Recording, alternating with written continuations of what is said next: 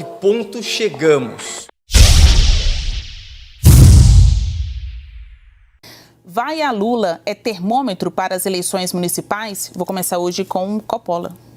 Olá, Basílio. Olá, Renato. Saudações à nossa audiência.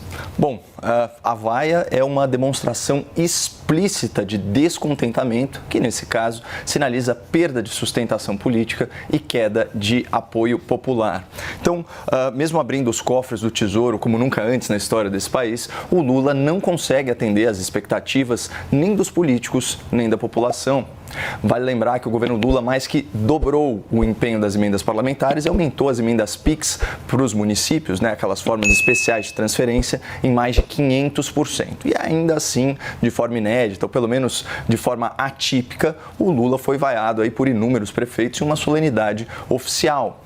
Foi vaiado por prefeitos que jamais se atreveriam a materializar sua insatisfação de forma tão vocal se o Lula ainda gozasse de boa aprovação popular. Contudo, não é isso que apontam as pesquisas mais recentes. Segundo aqui a MDA, para cada pessoa que considera esse governo ótimo, há 2 outras pessoas que consideram esse governo péssimo. Já segundo a Quest, a desaprovação ao governo Lula disparou quase 20 pontos percentuais desde o início do mandato. Assim, do ponto de vista estatístico, o Lula de hoje não passa de uma sombra do líder que ele já foi um dia. Olha só essa manchete do portal G1, de 16 de dezembro de 2010. Popularidade de Lula bate recorde e chega a 87%, diz Ibope. A avaliação positiva do governo federal ficou em 80%, mostra a pesquisa. Então aqui, ó, só para efeito de comparação, segundo o último Datafolha, hoje em dia essa avaliação positiva está em 35%, menos da metade do que o Lula já chegou a experimentar em outras épocas. E também, sob a ótica do prestígio internacional, o Lula de hoje também é uma mera sombra do que foi o Lula de outrora. Essa matéria especial aqui da BBC, de abril de 2009, o presidente dos Estados Unidos disse que o presidente Luiz Inácio Lula da Silva é o político mais popular da Terra. Obama fez o comentário em uma roda de líderes mundiais pouco antes do início da reunião do G20. Esse é o cara, fecha aspas. Só que, em 2020, esse mesmo Barack Obama, ao publicar suas memórias, descreveu o líder petista da seguinte forma, com as seguintes tintas.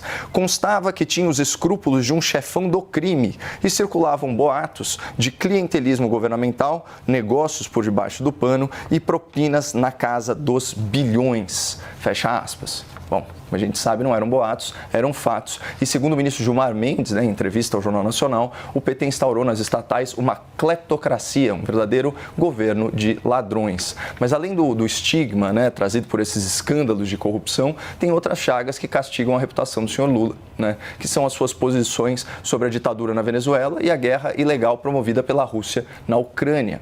A imprensa europeia já se referiu a ele como uma decepção, como um falso amigo do Ocidente, sem falar naquela comparação ridícula entre o conflito na faixa de Gaza e o holocausto nazista que rendeu ao Lula o infame título de persona não grata lá em Israel. Eu disse tudo isso para ilustrar o meu argumento de que o Lula não passa de uma sombra do que ele já foi um dia, seja no plano nacional, seja no plano internacional.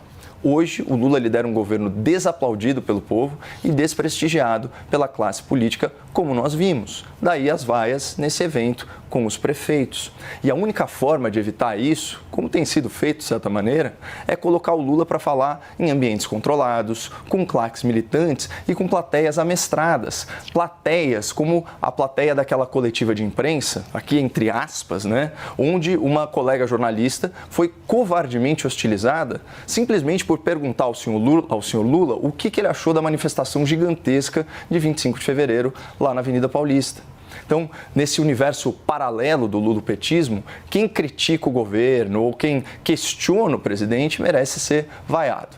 Enquanto isso, no mundo real, é difícil imaginar o Lula cruzando uma esquina sem ouvir algumas verdades e sonoras vaias.